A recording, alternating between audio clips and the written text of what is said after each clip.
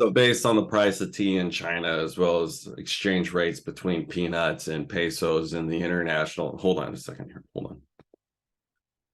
Hi, this is Victor. Yeah. Hey, George. Yeah, I remember you. Yeah, we bought that house 2 years ago.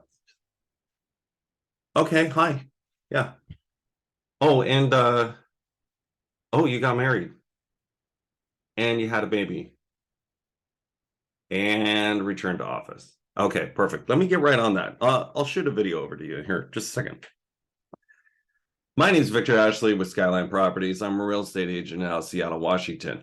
And thank you for following my channel. Hopefully this content's important to you. This is an example of what we call life-changing events. Life-changing events happen all the time, and you can never really control them. You can kind of see where the milestones are going to be in your lifetime, but at the same time, a lot of them are positive. There are some of them that are negative. We're not going to get into that right now, but I just want to go over some of the numbers when you have to decide if you're going to sell your house now or if you're going to rent it out. Because sometimes when you gotta do, you just gotta do. So let's go through it real quick. Okay, so let's actually go into this because I'm a good real estate agent and you called me and you said, hey Victor, we bought that house 2 years ago. Let's actually go through and see if it's better to sell it right now. So I go through this house and based on the area that we picked for this, you ended up buying a house in the 98037 area. And if you want to watch that video, it's right here. But in the 98037, we bought the average house that existed at that time. So 2 years ago, that was March 17, 2021. The house was on the market for about $700,000. It's 3 beds, 2 bath, and it's 2,020 square feet. Now, at the time, we had to fight out a bunch of other buyers at the time to actually buy that. It was sold in 7 days, and we actually ended up spending just a little over market list at that time, and we bought it for $715,000. Notice I'm saying we because we're still involved in this together, but at the same time, you're the one that wrote the check, not me. So let's go through this real quick. So you wrote a mortgage. You bought a mortgage at this point in time, and let's go into the actual payment. So right now you are spending on average $3,014 a month. And now you're sitting here and you're saying, hey, Victor, I have a really good interest rate. I'm trying to figure out if I'm going to keep this thing and use it to build equity, or if I'm going to sell it and move on with my life and just pursue other endeavors. Well, let's just take a quick look at some of the numbers real quick. Now, because I'm a good real estate agent, I went over this and I brought it to you and I prepared it for you. And I would say, hey, we think we can bring on market because today's rates are about $410 a square foot. We could probably sell this thing in 30, 40 days based on today's market, as well as closing. So we can have this thing closed out potentially by June. So let's put this thing on the market, and we're going to get on average $828,000 for this house. And then you asked me, hey Victor, what does that actually look like in the payout? So I actually prepared it for you right now. So this is what would be sent to you. It's just a document. Let me go through it real quick. But after all the real estate agents are paid out, the county's paid out, the state's paid out, any kind of excise tax, any kind of capital gains, if there is one, your net proceeds are going to put you about $119,000. So that's not a bad deal when you're thinking about it. And you're like, hey, I have $119,000 in my pocket. And I entered into this financial transaction 2 years ago. That's not a bad little return. So that's 16% on my money over the last 2 years. Well, now you decide, you go back and you talk to your significant other and you say, hey, Victor, we've decided, we want to try to actually rent this out. Let's go through some of the numbers on that. Well, also because I'm another good real estate agent and I brought you the rental comps. So rents right now in the 98037 zip code are $1.73 a square foot. Well, again, our house is 2,020 square feet. So I actually did the math for you on that. And our rents are actually going to come out just under $3,500. So for the sake of argument, we're going to call it $3,500. Now let's go into our calculator right now. So let's go into our rental calculator. If you want to use it yourself, it's in the description below. So let's put in our purchase price right now. So $715,000. We're on a loan. We only brought 7% down. That's $50,000. Just so you know, I already did the math for you because again, I'm your real estate agent. Our interest rate at the time was advantageous for everybody. We're probably not going to get this because currently our current rates are actually double this. Well, it's 3.575. 30-year close, 30-year loan term, and then closing costs. We already factor that in. But you asked me, hey, Victor, let's actually take a look at this from the life of the loan. And so we have an idea. Monthly rent is $3,500. We're going to increase our rents every year by 3% because a good landlord should increase their rents, as well as our property taxes are factored in, our insurance. We didn't buy it in an HOA.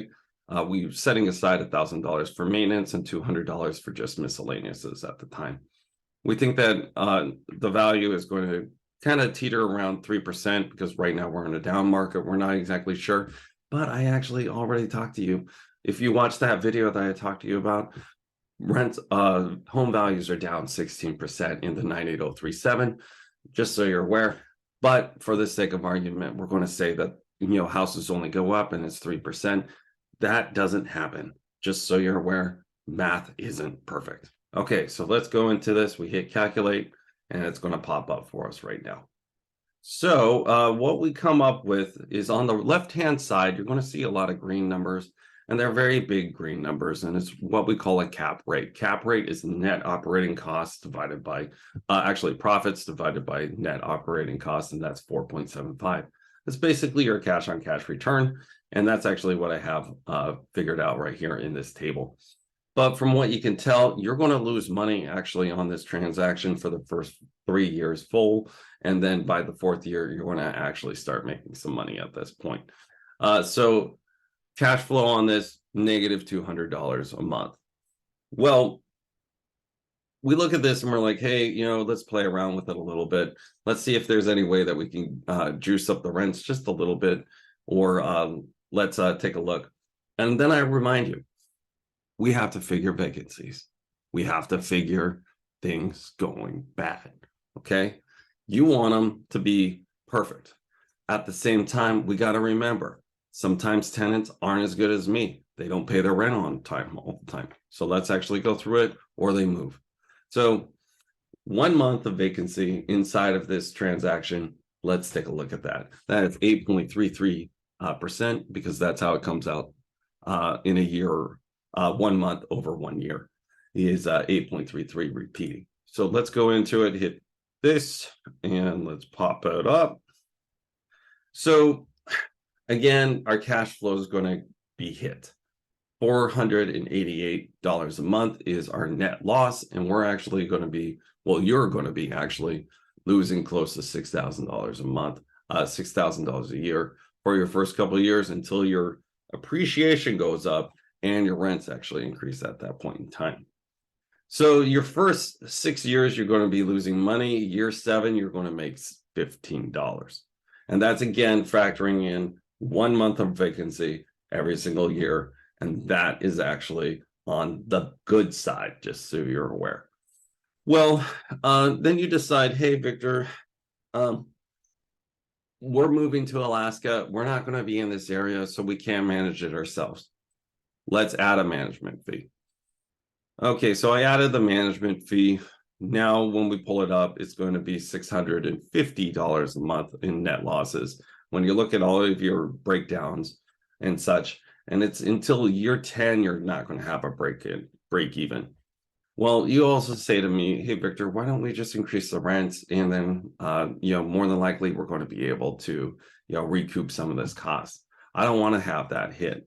Well, the problem is when you do that and you start increasing your rents, yes, you're going to get closer to your break-even point, but you also hit a point of diminishing returns.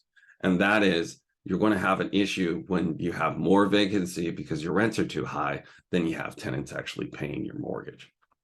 So in all, the reason why I did this video is because it's kind of a thought experiment, and this happens to people. So if you have any questions on this kind of thing, hit me up. Just reach me in the comments below, or you could just text me or shoot me an email with your situation. in the description below. My contact information's there. But real estate's really personal, and you want to take time to actually go over what is affecting you with somebody that you trust or somebody that you've worked with in the past. And if you don't have somebody that you worked with in the past, I'd love to have your business also. You can get a hold of me and we'll sit down and see if we can make it work. But as always, it was a pleasure working with you today, and I hope you have a great day.